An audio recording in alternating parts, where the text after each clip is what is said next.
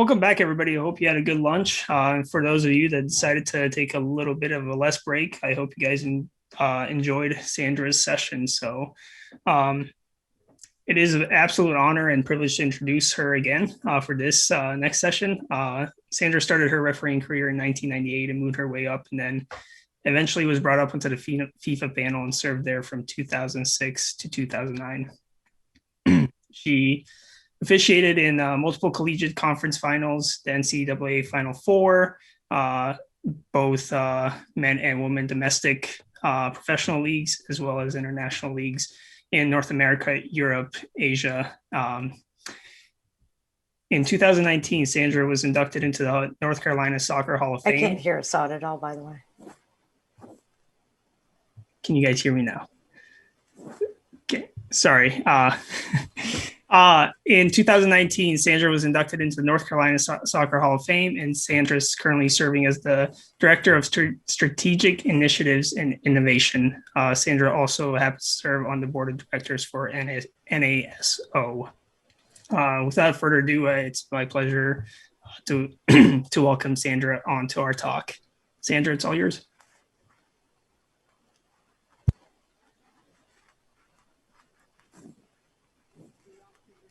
Great, thanks very much. Hi, everyone. Thank you very much, Assad, for the nice introduction. And thank you to you and Sean and Doug, everyone at Never Ending Productions for having me here. It's really a true honor and a privilege to rejoin the Terry Vaughn Referee Academy. Big hugs to Terry and to Kim. You continue to be an inspiration every single day. And of course, thank you to all of you for taking the time to join us in this day of learning and reflection. So let's go ahead and get started. All right. So the topic that we're going to be doing today is maybe not an easy one for us officials. We are going to be talking about pregame a little bit here and kind of where this fits into the pregame. We're going to dig in a little bit deeper to kind of this aspect of pregame and reflection and what the purpose of the pregame is. But even though it's not easy to talk about, it really is a key part of our growth as officials and really as people. And I had a mentor many years ago who said, as in life, so on the field. And I never really knew what it meant at the time, but as I gained more experience, I understood that so much of what I brought to officiating was really core parts of my personality, my upbringing, and in my life. And over time came to realize that how I handled things in my real life was often how I handled things on the field. And, it's our core personalities are brought into our officiating. So I know this topic isn't really discussed often in these types of settings, but I really want to take this opportunity because hopefully there's ideas in here that will help you in your journey as an official. Whether this presentation sort of reassures you a little bit or brings things into a new perspective. Ultimately, I hope this will help us going forward and help you going forward in your journey here.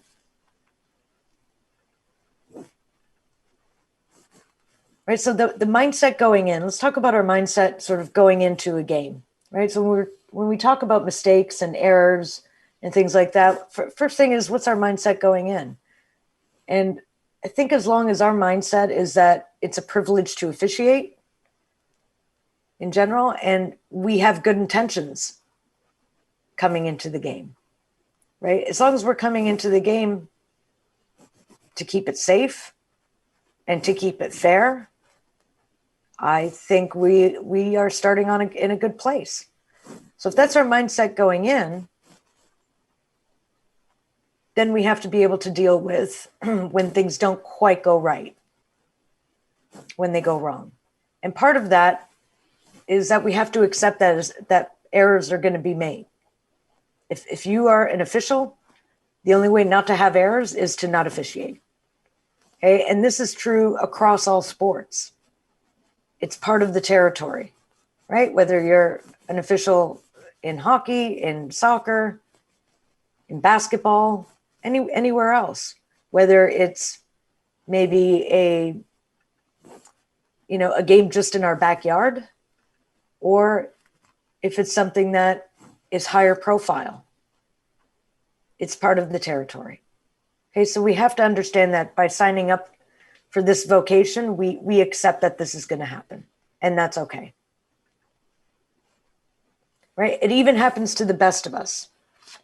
And the next couple of pieces you're going to see in this slide is I spoke with Howard Webb and Mark Geiger prior to this clinic, and they were both very, very gracious enough. I told them what I was doing, and really wanted to come across that it does happen to the best of us. I mean, if I put all of mine up there, you would have to bring another lunch, and we'd be here for another 2 days.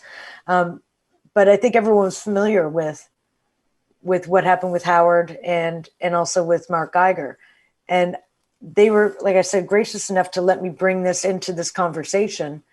And it shows not only that they accept, and accept what happened with them, but it's also to show you that it happens to the best of us. So everyone remembers. Like at this point, we don't even need a video clip, is what Howard said. He's like, you just put the picture up. And this quote came from his book. It said it wasn't until halftime that he realized De Jong's tackle might have been worthy of a red card, right? He didn't see it in the moment. But once he knew that, said, felt gutted beyond belief. It looked like I'd missed a red card offense in the World Cup final. I mean, can you imagine getting to the locker room and realizing that? There's still a whole other half of the game, plus potentially extra time, plus potentially kicks from the mark. And he said, what a nightmare. He returned to the pitch with his head pounding and his heart thumping. And I asked him very specifically, I said, so what do you do with that? That reaction or that response to have your heart thumping, and your head pounding is normal, but, now what? So what did you do then? And he said some very interesting things that he said, please feel free to share with everyone else in the clinic. And we spoke probably for about 10, 15 minutes. And the one thing that stuck out for me, he said, the worst thing that you can do is hide. He said, that's ultimately the worst thing you can do. He said, it's not often that you have these kind of never errors. And if you're one of the mentors or instructors, we talked a little bit in the pregame about some always and some never situations. And in this presentation, we'll talk about kind of some never errors and, errors to try to avoid type of thing. But he said, there's not too many of these never errors. And he said, interestingly, a lot of people don't remember the smaller ones. We tend to obsess over them, and we have things in place that make us scrutinize them a little bit more. But a lot of times those smaller errors people forget about. But when it's the big ones, he said the self-talk is really important. And one of the things he does with self-talk is to say, yes, it's a mistake, but I'm a good official and I'm still good at what I do. And that self-talk is really important to get him from the head pounding and heart thumping into walking out of the locker room onto the field for the second half and finishing out the game.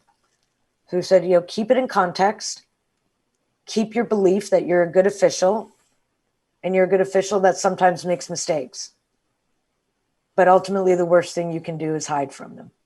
So I really want to thank Howard for allowing us to share his experience here, and hopefully that helps you going forward, not just on the field, but in life. I also spoke with Mark Geiger, right? What I want to do is show this video in case you are not as familiar with Mark's situation back in the Gold Cup. So if we can go ahead and play this video, please.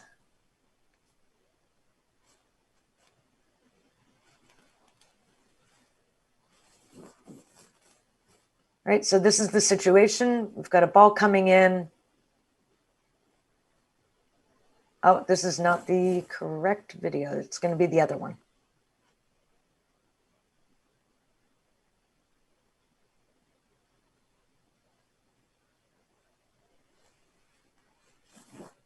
That's the only one I have.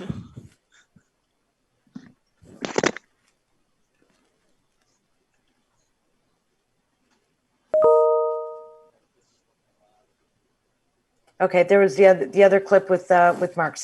That's okay if you don't have it. It was the other clip.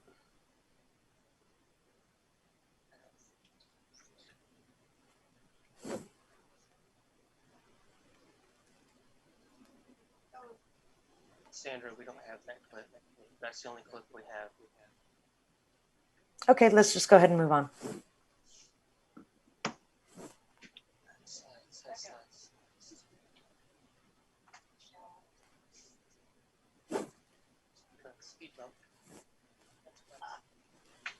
Okay, so I know I apologize for not playing the clip. Here's a mistake. We're going to own it and we're going to move on. So what the clip was, if in case you aren't familiar with it, it was from the Gold Cup. It was Mexico and Panama, I believe. And what had happened was that a player fell on top of the ball. It looked like handling. Mark called a penalty kick. And then when you look at the replays, you could see at that point that it was not handball. The player did fall on top of the ball, but it only hit his rib cage and his stomach, and it didn't contact his hand at all. But nevertheless, Mark had called a penalty kick. So this became, a pretty big issue here, and it was very high profile. Both he and CONCACAF both had to admit that an officiating error had been made. It impacted the outcome. And, part of the support that Mark had was from the CONCACAF president himself, saying that human errors are part of the game. And when I spoke with Mark, I asked him about, the self-talk that he did, because this is obviously happening in the middle of a game. And I said, how do you finish out the game? And he said, I saw what I saw. And he was 100% in what he saw. Said it's very important to have faith in your decisions. And ultimately, you have to finish the game. And moving forward from it, I said, how did you move forward from that?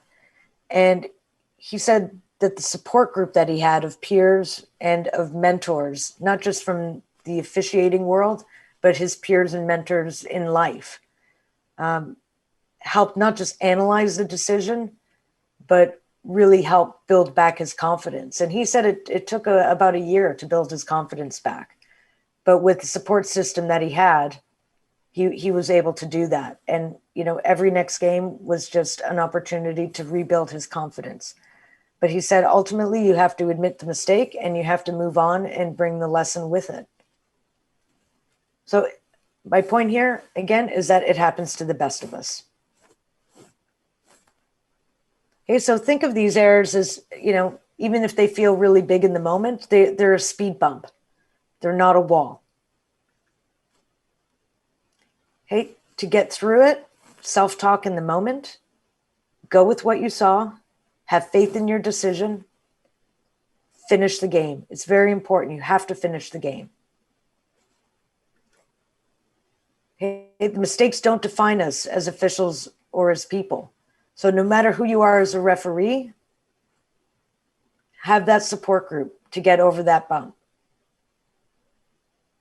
Have that support group off the field and regain your confidence. Okay, it could be your peers, whether they're officiating peers or not. Mentors, whether they're officiating mentors or not. Your family, and anyone else that you trust, the person or the people that you trust to be able to bare your soul to, tell them everything and know you're going to be supported. Okay, so let's talk a little bit about the error types and what's at stake. And this is not to freak anyone out. This is just to kind of help categorize things a little bit. So there's types of errors that we kind of call never events, where we really have to do everything possible in our preparation and in the moment to not let these things happen. And if you're on a crew or on a game and these things are happening, nobody at this point really cares about how you get it fixed. If it's an awkward moment, if it doesn't look pretty, but if you get it fixed, then that's successful, right? So some of these types are major errors where the entire crew has a responsibility to try and get it fixed in the moment as best you can, or bring people's attention to it and not worry about how awkward it might be or clumsy. Okay, so some examples are misapplication of the law. Okay, we're not talking about judgment calls, we're talking about misapplication of the law. Right, so for example, an incorrect disciplinary sanction. And what I mean by that is I saw this as violent conduct and I'm giving a yellow card for it, right? That's a misapplication. If it's, that's not just a judgment call where it's like, well, it could have been in between, or I misjudged it. I thought it was reckless, which is why I gave the yellow. You know, maybe later on I see that it's violent conduct. That's a judgment error. That's not what we're talking about.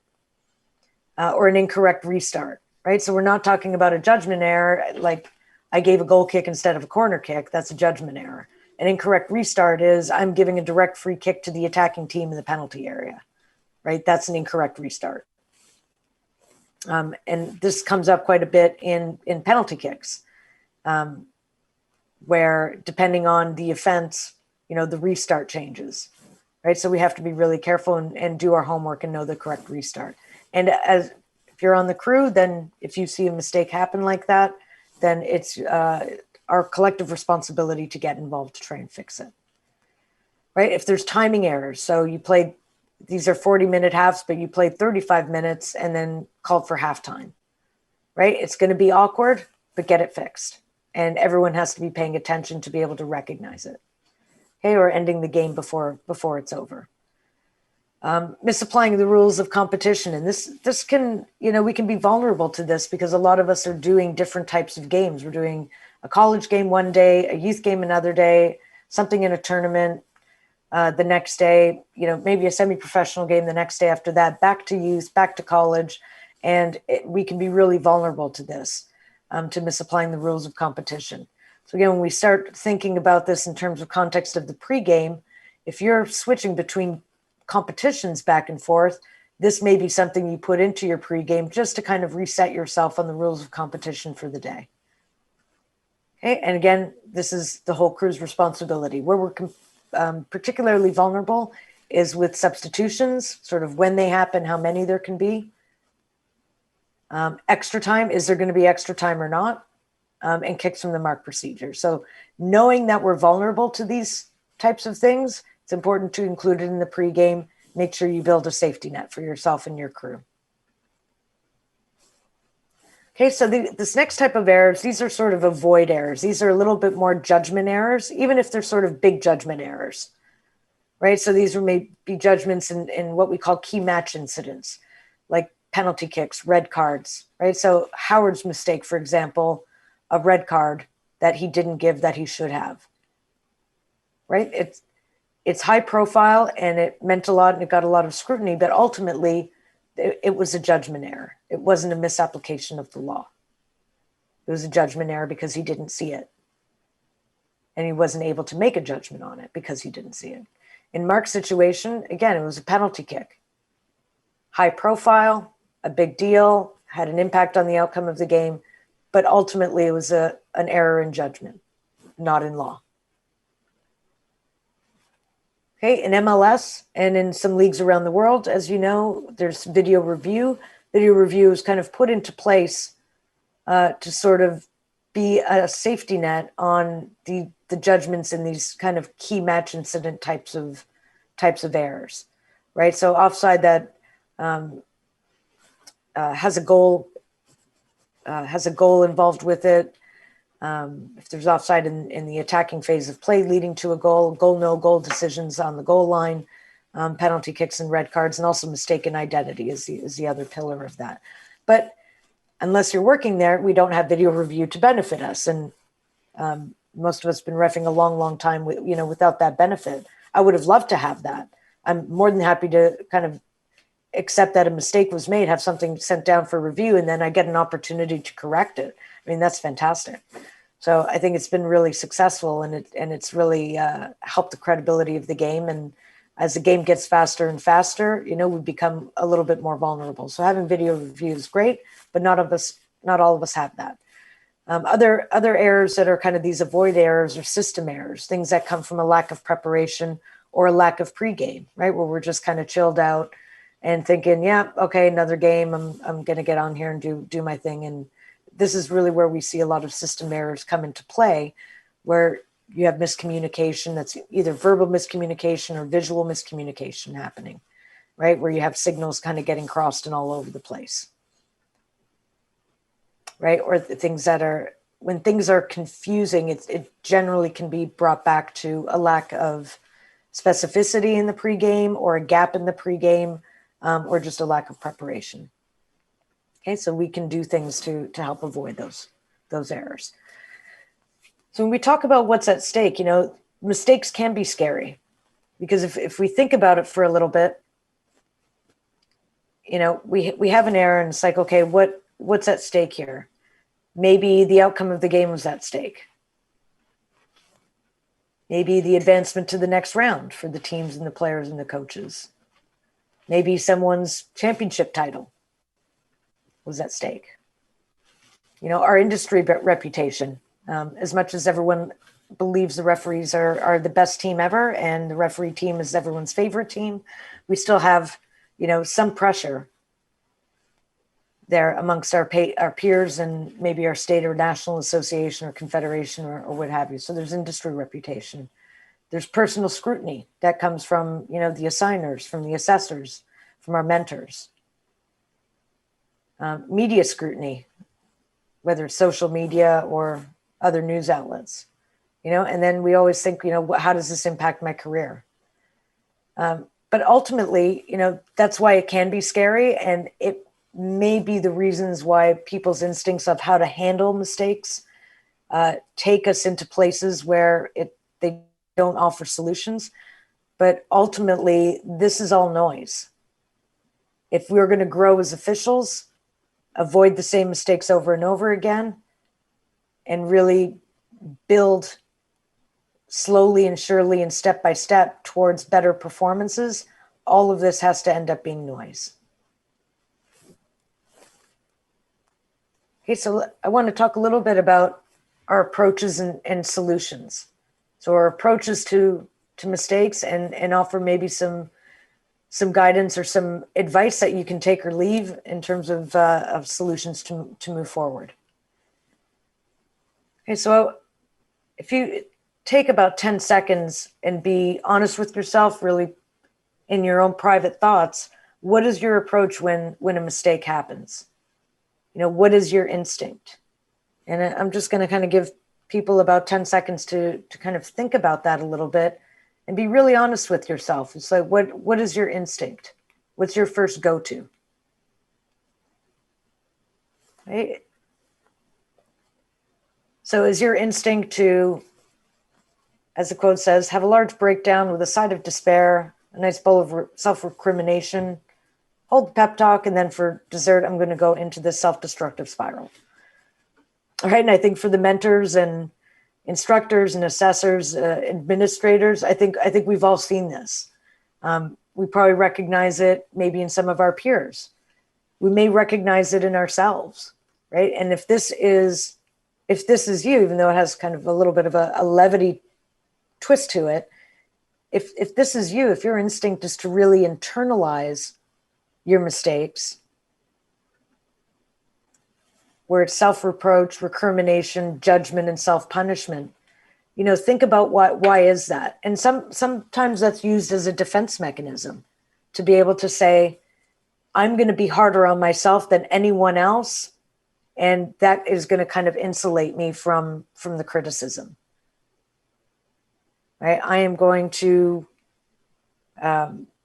go into this level of self-flagellation, feel bad about myself. I'm going to recriminate myself. And then that way, no one else's rocks can hit me, right? That is a defense mechanism.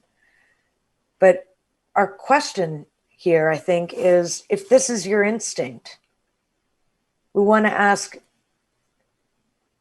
does that solution enhance your level of acceptance of yourself? Because that's an important part. It's not just a mistake, but are you accepting yourself? Or does it enhance your level of acceptance of what actually happened? Does that solution make you better understand the situation and why it occurred? If going into the self-recrimination, self-reproach, does that help you understand why this happened in the first place? And really, most importantly, is the third question. Does this approach help to avoid the mistake the next time? So those three questions, when you ask, what is my solution? And you come to some realization of what your instinct is or what your solution is, ask yourself these three questions. Does your solution do these things? Okay, there's another approach. And again, we've all seen it in maybe ourselves, maybe our peers. And that instinct, right, is to finger point. It's his fault, it's her fault, it's their fault, but it sure as heck ain't me. Is that your first go-to instinct? And again, it's a defense mechanism, right? Do you externalize when mistakes happen? Do you deny responsibility for it? Do you find somewhere to pin the blame? Whether it's your crewmates, your teammates, was it the weather? Was it the field conditions? Was it the individual players? Was it the teams? Like, oh, they don't know how to string two passes together. I wasn't able to replay, and that's why my positioning was terrible. Is it the coaches? Well, that coach, was like a sewing machine over there at the benches, and was never quiet, and I couldn't concentrate. So are we looking to pin blame somewhere else? It's tempting. But again, does that solution, ask yourself the three questions again. Does it enhance your level of acceptance of yourself or the events that happened? Does it make you better understand the situation and why it happened? And most importantly, does that work to avoid mistake the next time?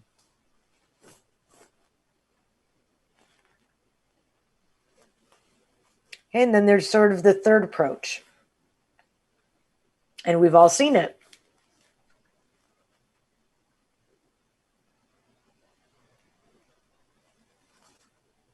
Right? Do we bury it? Do we suppress it? Do we just make ourselves numb to it? Do we just pretend it didn't happen? And you've all been in post-game debriefs, and if you're a mentor, an instructor, or an assessor, we have what we call yabbits. And this is a very special type of official who is completely closed off to discussion, to debrief, to analyze. When people start to say, well, let's take a look at what happened here. Can you walk me through why it happened? Or this was maybe not the best outcome. And the first response is, yeah, but, and then move on to their own thing. So we call them yabbits.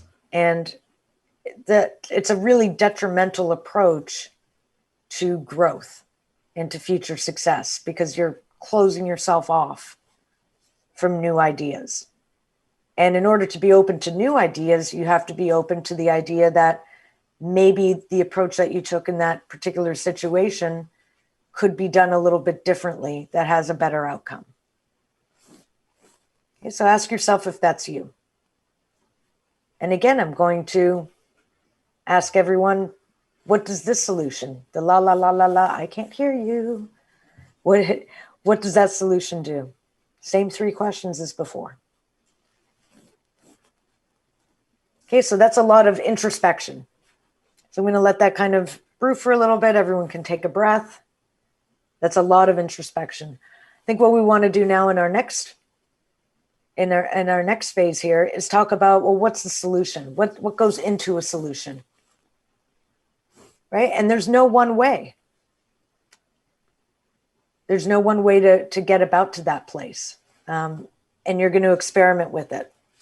And it's going to change over time based on your experiences. But what I found from my own experience, from experience of other officials, experience off the field in my career and other places is that effective solutions bring about a few things all the time. They always bring about acceptance of the error, acceptance of the mistake. An effective solution brings understanding why it happened. Believe it or not, an effective solution really has to include compassion for yourself, or for others. If someone on your crew made a mistake, for example, and it ended up impacting you, having compassion for yourself or for others, that's part of the solution going forward. Okay, we own what we do, but we don't beat ourselves up for it. We're human. We make mistakes. We have to forgive ourselves and we have to move on. And forgiving ourselves doesn't mean denying the responsibility for it. That's very different. Forgiving yourself for making the mistake and being able to move on from it. And making a plan so it doesn't happen again as best you can. That's the key part. Okay, an effective solution also brings your mistake into context within a bigger picture. Okay, the bigger picture is come out of the mistake itself, and the solution you get ends up bringing a lesson with you. So forget the mistake. It's happened. It's in the past. You can't change it. But what you can do is remember the lesson. And by remembering the lesson, incorporate it into a plan to move forward. Okay, what's happened in the past can't be changed. But what you do with that going into the future is completely in your power. Completely in your power. Okay, so having a plan to minimize mistakes. This is again now where we come back into the pregame. With our pregame, we can avoid a lot of the smaller errors, the confusion, the miscommunication by setting expectations. Right? And this is not necessarily just from the referee. This is also maybe from the assistant referees. If there's a gap in the pregame, if there's something not clear about what the expectations are for you, then it's your responsibility to ask the question. Right? And it could be a really good pregame and maybe there's not a lot of time, but if it's something that's going to leave you going into the game thinking, okay, I don't know how to handle this if this happens, ask it during the pregame. Ask, okay, we didn't really cover this so much. How do you want to handle, potential penalty kick decisions, near the goal line on my side, that little zone of death that we have, that little zone where no one's quite sure who's supposed to take the lead. What do you want me to do in this situation? What do you want me to do if it's supposed to be my decision for a throw in, but it came through a crowd of people, I'm really not sure. So ask the question, okay? Set the expectations. Who's responsible for what? What is everyone's responsibilities? And how are we going to communicate verbally and visually? And really kind of the three things that we go through in the pregame is we talk a little bit about normal circumstances of just setting expectations. In your L, AR, you will signal first and then I'll follow you. In my L, my touch line, my goal line, I'll signal first and you follow me. If you don't know what it is, stand there and do what I do. Right? That's sort of a normal circumstance. And then how do we communicate for both verbally and visually for those unusual or rare occurrences? And then how do we communicate when it's just crazy time and I need to send an SOS? And short of setting my flag on fire, what do we do? Or is the referee, short of throwing the whistle away and just running off the field, what do I do? So when you have those SOS situations, how do we communicate those? Right? The entire pregame is really about building the safety net underneath ourselves and underneath our crew and for each other. I have a whole other presentation on the pregame that the mentors and instructors we spoke about earlier. Everyone can have that, and that will let you dig in a little bit deeper. Okay, how do we be a good buddy for each other? You like the setting a flag on fire? That's awesome, right? But the safety net is essentially you help me. So the pregame may go into a little bit about here's when and where my mistakes tend to happen. So for whatever reason, sometime in the 65th to 75th minute, I just get vaporized. I don't know why, but this is really where I tend to lose my concentration. So when we get to that point in the game, I need you guys to make sure that I'm still here, I'm paying attention, I might need a little bit of a boost, right? So that's maybe a safety net of you can help me. And then the safety net of here's where I'm going to help you. Hey, I know that because a team is playing with a 4 back and 3 attackers up front, I know my AR is going to be really busy with offside because everyone's basket weaving for 90 minutes. And because of that, I know you have to focus on offside. So I'm going to pinch in a little bit.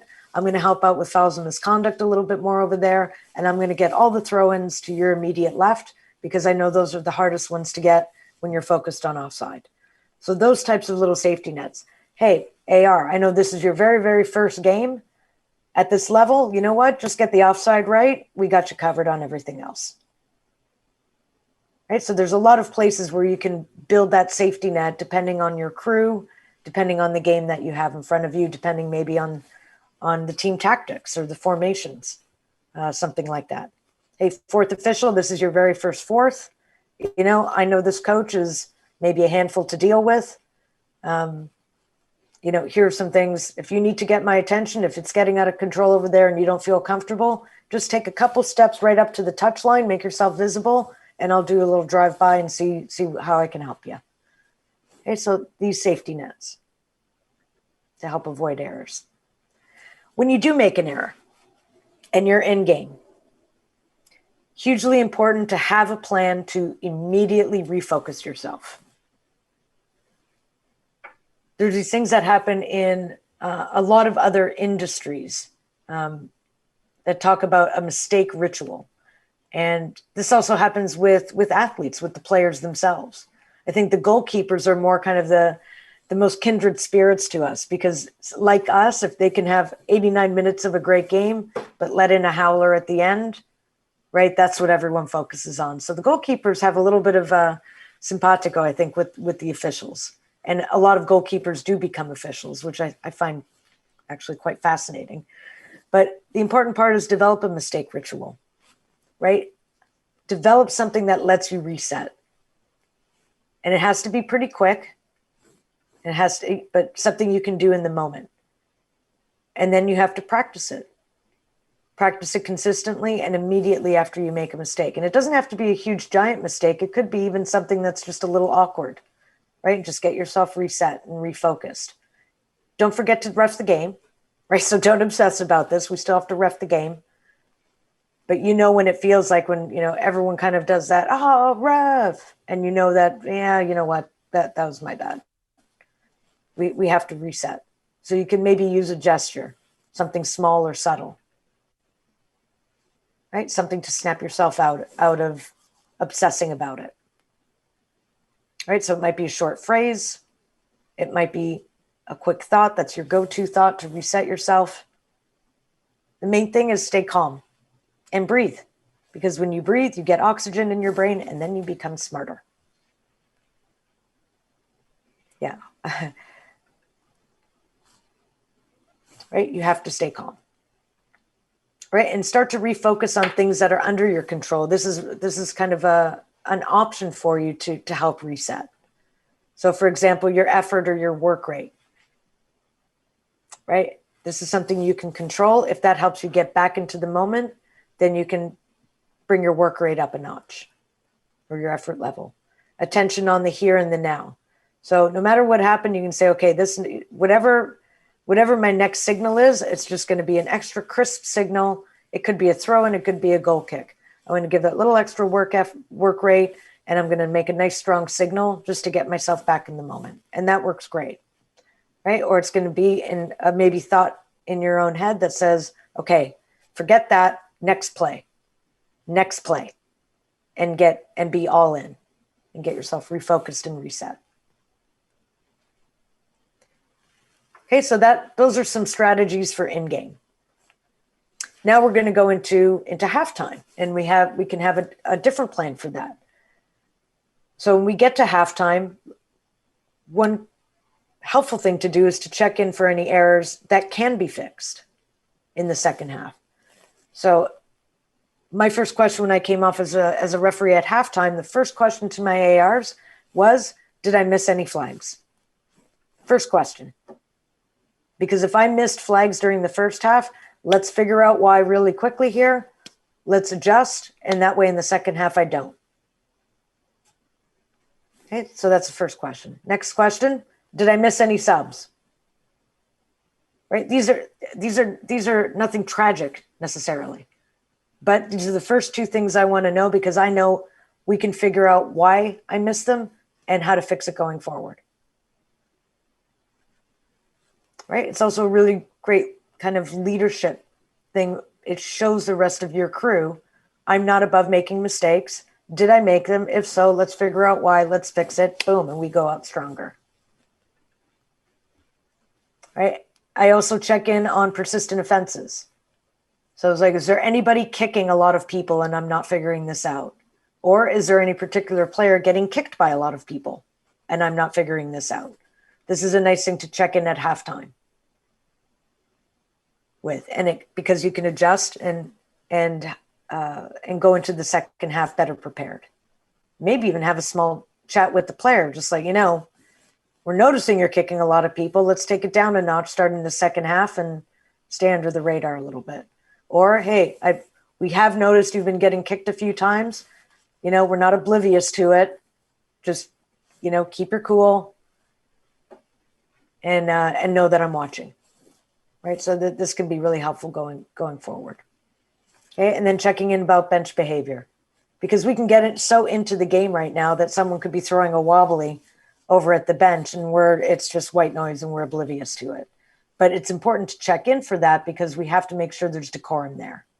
And if we're inadvertently letting it get out of control, eventually it's going to spill onto the field. So those are kind of four. If you have just a few things to check in with at halftime, these would be my four things. If nothing major happened. So let's say we're Howard Webb and we get into the locker room at halftime and we realize that we missed something big. Now what? This is where the advice that I have for you is to compartmentalize that. It can't be fixed. You really can't start going down the spiral of trying to do makeup calls or the referee euphemism balance. That's really not an option. In this case, two wrongs don't make a right.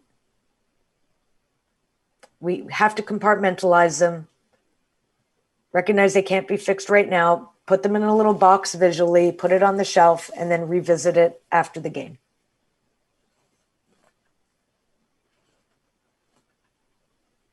Okay, that might be something like penalty kicks or disciplinary sanctions like a red card or even a yellow card, or an offside that erroneously led to or denied a goal.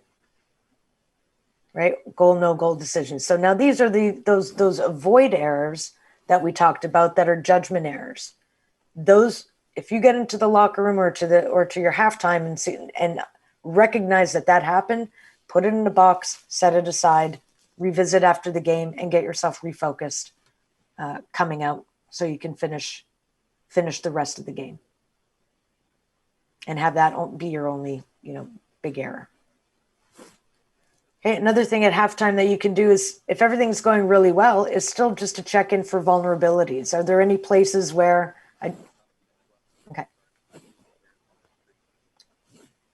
Right, check in for vulnerabilities. Is there anything in my positioning or my signals or my communication, that's maybe not causing a problem right now, but could? Okay, ultimately acknowledge what can and can't be fixed, adjust if you can, reset.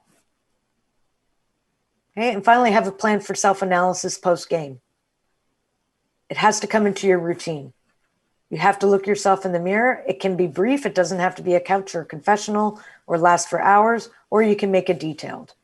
Forget the mistakes, learn the lessons, lean on your support group, have a growth mindset, look at future success. Be open to new ideas. Are you shopping around for an answer, or do you have an open mind for alternatives? Ultimately, you have a choice. and how you respond to the mistakes, in what way, and for how long.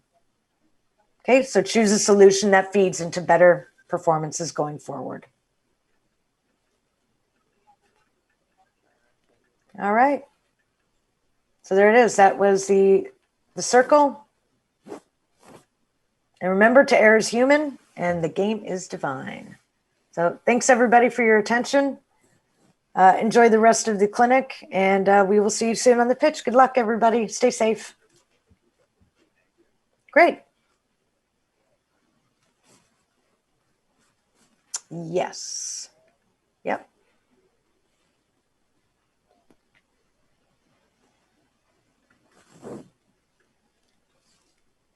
Great. So the first one from Andy, I see. It says, do I think communication systems can help fix the never events? I think that they can. Generally, the communication systems make it more efficient to communicate so that you don't have to get yourself heard over stadium noise. It makes it more efficient to get people's attention. So yes, I think that's possible. Next question here: how do referees mitigate situations where ARs may not be willing to receive constructive feedback at halftime to help improve the referee crew's performance, and vice versa if you're the AR trying to talk to an uninterested ref teammate? Yeah, at a certain point, and I think we've all come across this, at a certain point, keep your own area of the field tidy. If Rome is burning down all around you somewhere else and that person is just completely closed off, again, compartmentalize that, set it aside to deal with later. Keep your area of the field as tidy as you can.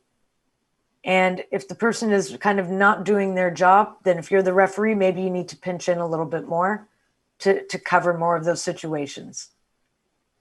And just trying to keep encouraging them. But at a certain point, if you have to give up on that, you do your job, do what you can over there, and deal with the person after the game. Okay. Mm-hmm.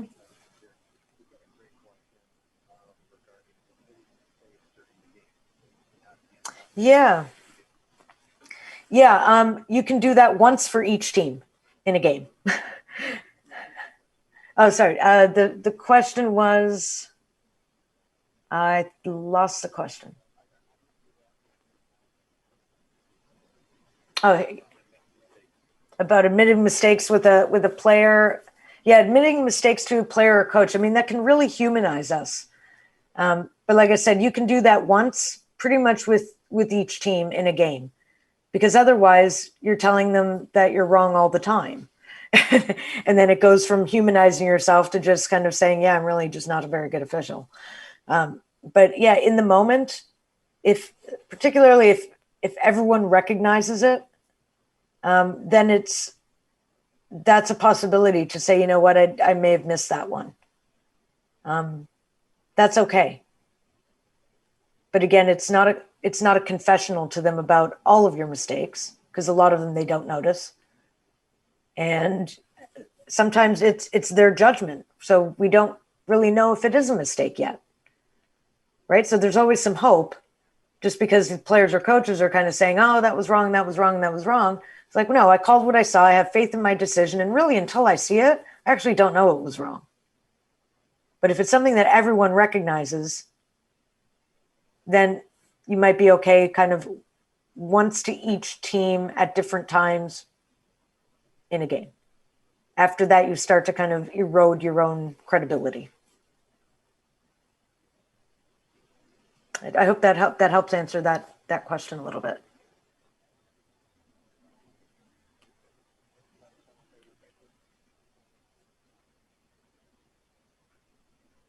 Yeah, there's some great questions that are in here.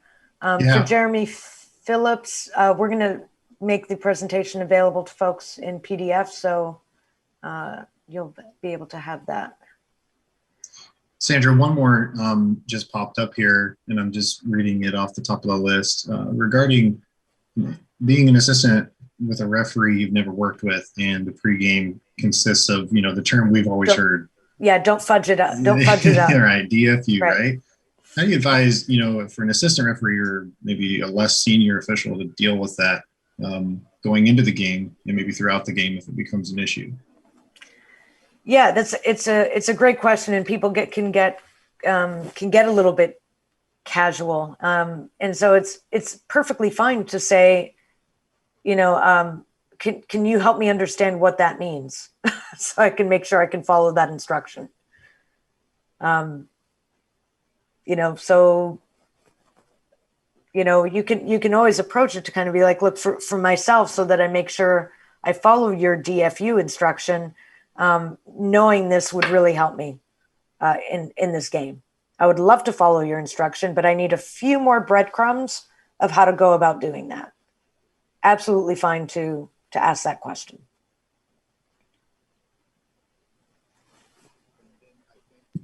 I think we also had some requests to put the slide back up with some of the circles and the different points of information on that. Is that something we could do, Doug and Lana?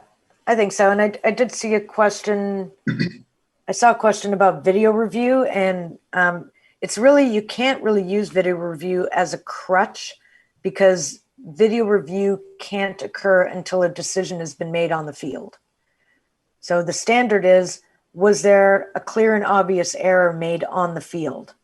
So the officials can't get away with not making a decision and having video review ref for them. There actually has to be an on-field decision before video review can do anything at all.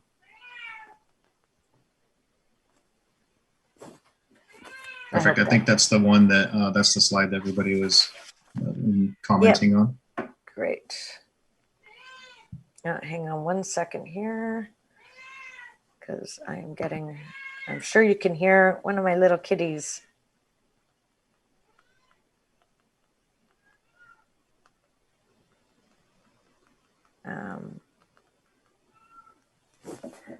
All right.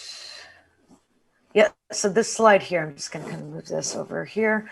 So the strategies in terms of time and place, this is just kind of a summary of what we've gone through here. So it's this circle of experiential learning, where you are learning and growing from the experience. So your pregame, if we start there, right, we're incorporating post-game lessons, and we're using the pregame to prevent errors going forward. When we're in game, we're going to try and recognize and acknowledge where we can, fix it if possible. If we can't fix it, put it in a little box, put it on the shelf, set it aside for later. Okay, and then work on just refocusing and resetting ourselves. And let's pretend that's the first half. At halftime, right, recognize and acknowledge what we can, compartmentalize if we can't fix it, adjust it if we can, get refocused. This is basically going to be the second half as well. And then after the game, post-game, accept what happened, accept responsibility for it, try to analyze to understand why, incorporate into a plan, and then that feeds into your next pregame. And your referee career is this, right? And over time, as your pregame gets stronger, these little in-game errors hopefully become less impactful. And hopefully and then the ball bounces well for you and you have some luck as well, which it never hurts. But this just kind of keeps going in a circle as you progress. So hopefully that helps go through it. Great. Yeah, thanks everybody for your questions. Great questions. And thanks for your attention. Yeah, thank you, Sandra. Take care and stay safe out there. Thank you, Sandra. Thank you, Sandra, again for your time. We obviously appreciate you having taken your time throughout this Sunday to help us out, not only in one session, but two, and an alumni of the event from the legacy in-person days. In the before times. Yeah, the previous iteration of the event. So, it's been a pleasure working with you, and thank you for coming on today. We're hoping to have the volunteer shortly. In the meantime, we have a little bit of a quiz set up. So I'm going to share my screen here. We've kind of been plugging this throughout the day to download Kahoot. I think a lot of us are familiar with Kahoot. Used it at regionals, President's Cup, various events. And so without further ado, I'm going to go ahead and pop that up on the screen. The pin will be popping up, and we'll give you guys some time to log in.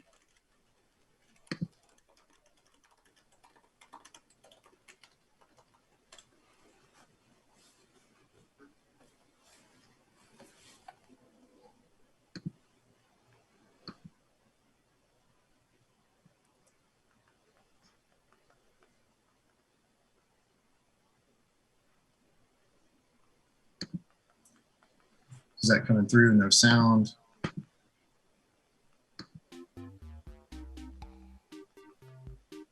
Okay.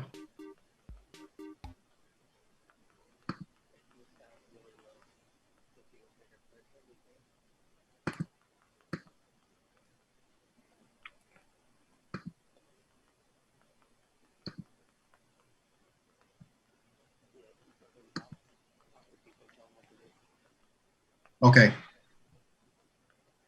I've lost my screen here.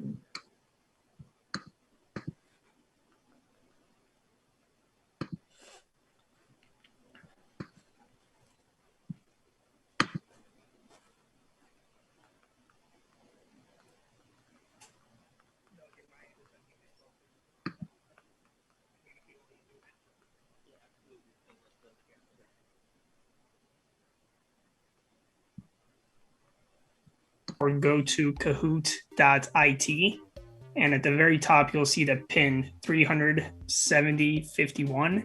Enter that. Please go ahead and use your first and last name. Unfortunately, any entries that are using false names or unidentifiable names, we are not able to give you a prize. It just makes it really hard, especially if you have one Joe and we have 40 of those Joes in here. So please use your name and make it easy on us. We'll give you about how much longer? All right, all yours, Sean. Yeah, so we're at 155. We do have the Vons on. They've just joined us, so we'll go ahead and pop through this quiz while they're on the call with us, and they can correct me if I'm wrong on any of the quiz questions. Although I might just have to push it back to Kim because I did ask her for clarification on a few of these. So good to see you guys. I know I can see you. The rest of the group, I don't think can quite yet, but we'll give it a few more minutes here. Again, prizes up for grabs on this short 5-question quiz.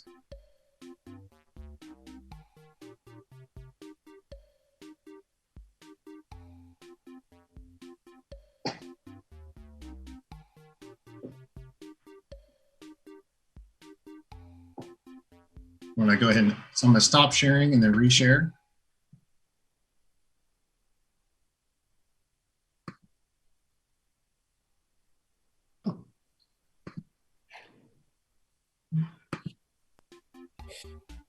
Okay. Is that good, Doug?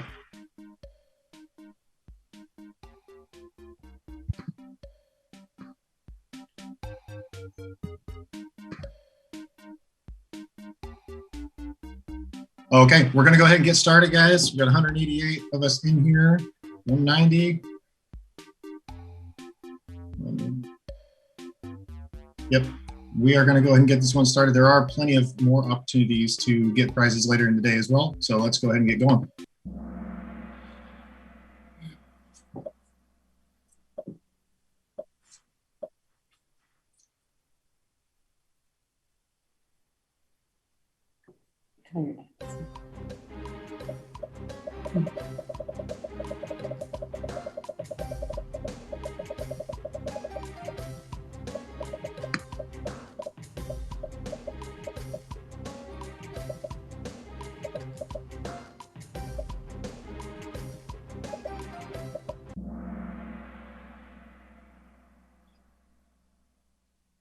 Yep. So the academy was started in 2002 as the Iowa Referee Academy, and obviously it was renamed at some point in time. I'm not going to say when because that might be a question coming up. Do you remember what year? Don't say it.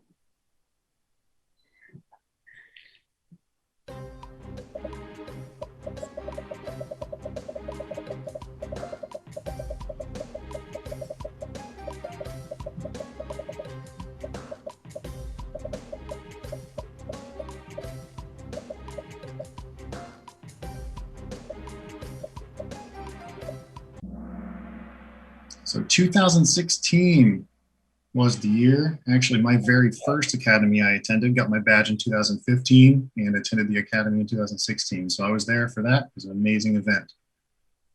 On to the next one.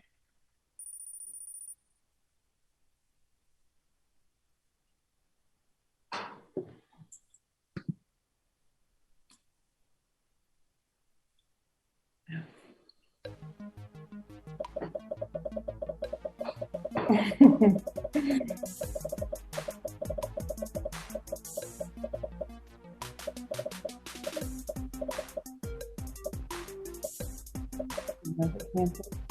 3 seconds.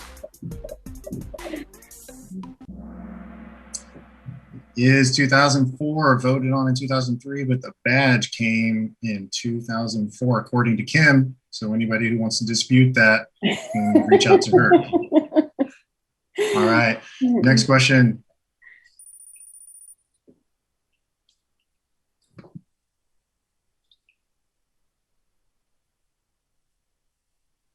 Oh, that's a good one to know the answer.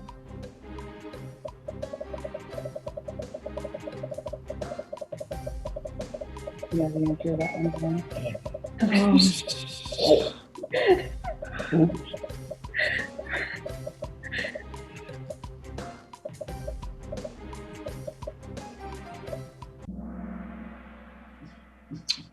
All right, Canada is the host country of the 2007 U20 World Cup that Terry was selected to referee. On to the next one, last question of the day. This one should be easy. Everybody should get this one. Oops, sorry, I forgot that. I clicked too early. That's on me. We're just going to have to go into it. It's a mystery.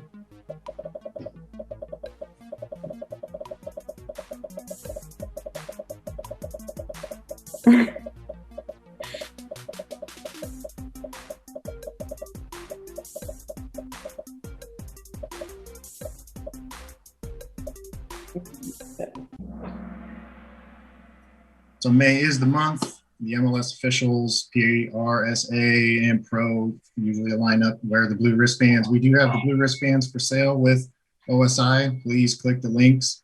Please support the Vaughn family. All proceeds from those sales today do go to the Vaughns.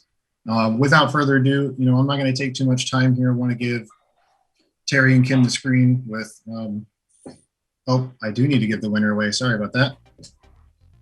I am going to take a little bit more time.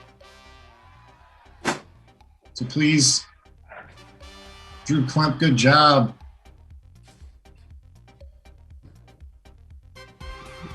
Caleb Eel, there we go. So first place, $50 gift card to Dick's Sporting Goods. Second place, Drew Klemp, you've got yourself a $25 gift card to Shields. And a cash, if we can figure out who you are, we will hook you up with an electronic whistle from OSI. All right. So like I said, I'm not going to take up too much time. I'm going to stop sharing here, Doug. We've got Kim and Terry and Kyla on the phone with us. This event, we were not here without you guys. And so it is so spectacular to have you guys on the phone with us. It's been a pleasure working with you. I've been to your house a few times, so your family's amazing. Again, yeah, not going to take up, everybody knows Terry's accolades, so I'm just going to kick it off to you guys. Welcome. Thank you for having us. Thank you. Terry, is there ice cream on the menu today? Today might be a good day for it. Oh, yeah. Ice cream's on his menu every day. Did you happen to see Sandra Serafini was on the call? So you want to say a few words to Sandra while she's here? Do you see? She said, "Can you see where she talked to you?" Oh, I see. Yeah. It's been a while since we've seen Sandra, hasn't it? Yeah. A little bit. It's awesome to see you and miss working with y'all. Mm-mm. Sean, were there any questions that folks had for Terry? Yeah, if there are questions, go ahead and pop a few into the chat. Terry, I just like to share with you.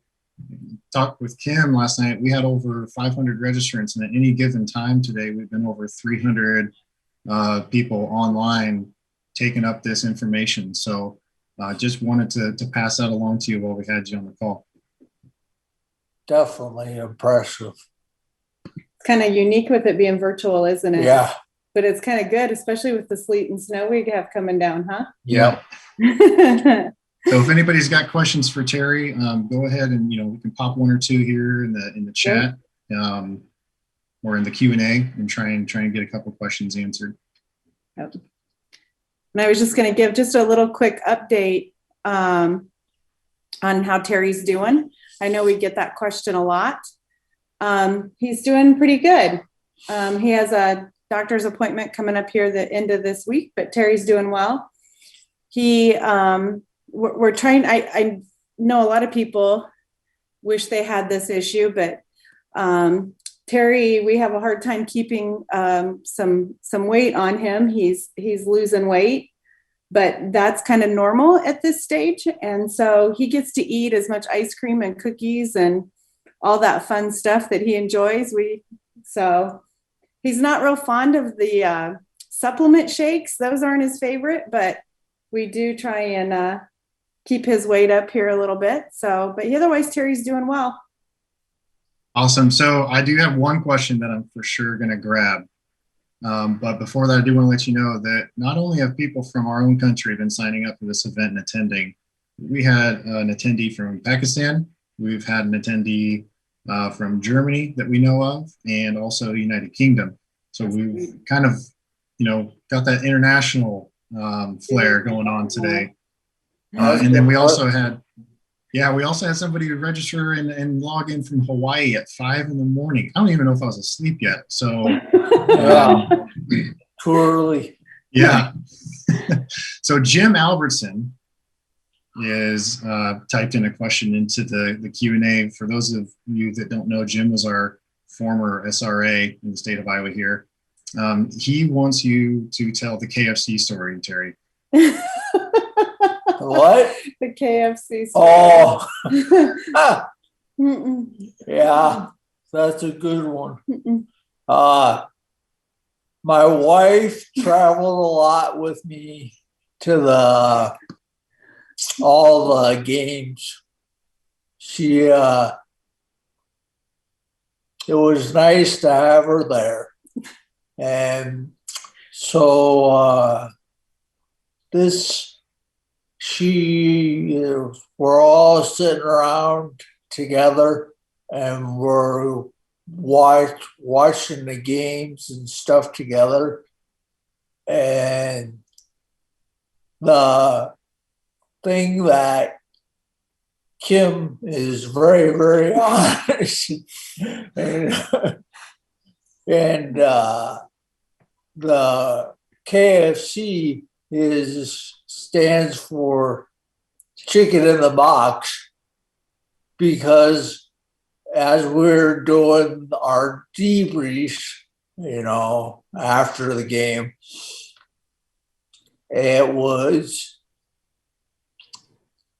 everybody was sitting around and Were they giving you critique that you hadn't made a call in the box? And I said it was a KFC move.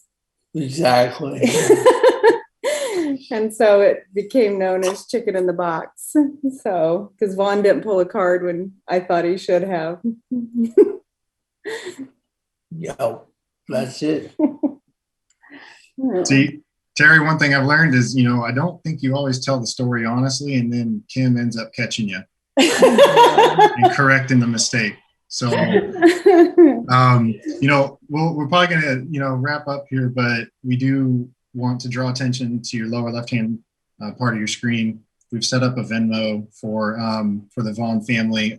All the donations do go straight to the Vaughn family. So at Team Vaughn-HD Strong. Please, if you have any ability to give and help them with their fight with Huntington's disease, go ahead and do so. hang on just one second. I'm getting some chatter in my ear. I think Sandra wants to come in and maybe have a conversation with you quick, Terry.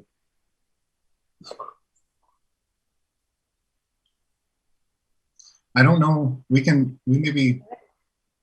Oh, I see her.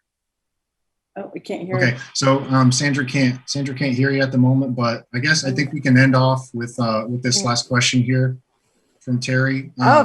Oh, fantastic! I've not been here. There we go. Great. Okay. Hello. Perfect. Hi, how are you? I don't know if I'm she's- doing all right. I came a lot closer to you guys now. I'm on the West Coast, and I cannot believe that my little wee girl is all grown up. There, my goodness. She you guys look remembers fantastic. her, Smiling. Go ahead. the scarf she made for. Yep. Yep. Yeah, she still talks about. Oh my gosh, yes. Yes, I'm a knitter. I'm a knitter. So you're probably due for an upgrade now. It's been a little while. It's been a little bit. That's right. I'm sure you guys could use it out in the snow and the cold, but you guys all look fantastic and happy and healthy there. And it's so great to see you. It's been way too long. And thank you so much for having me back. Fantastic. Definitely.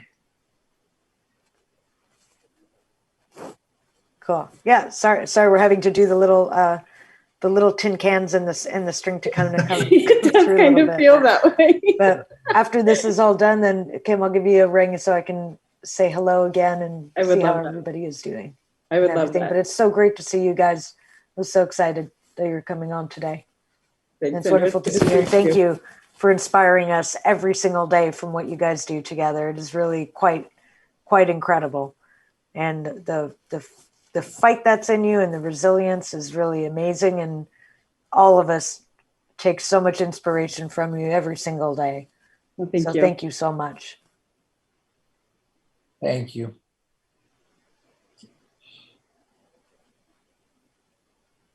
Perfect. Well, I think that's all we have. Thank you again for joining. We're going to give our attendees a little bit of a 3, 4, 5 minute break here and move into the next session. But again, if you want to support the Terry Vaughn family, if you want to support the Vaughns today, we have Venmo options. We have OSI donating all the proceeds of the sales. So go ahead and please click those links, share, send that information to people that you know who want to help the Vaughns out and couldn't be with us today. And they would be more than appreciative, and it's going to go to a good place. So with that being said, I will leave it to you guys to sign off. We will get back here roughly 150? Okay, so 150. Thank you. Thanks, Sean. Thanks. Bye.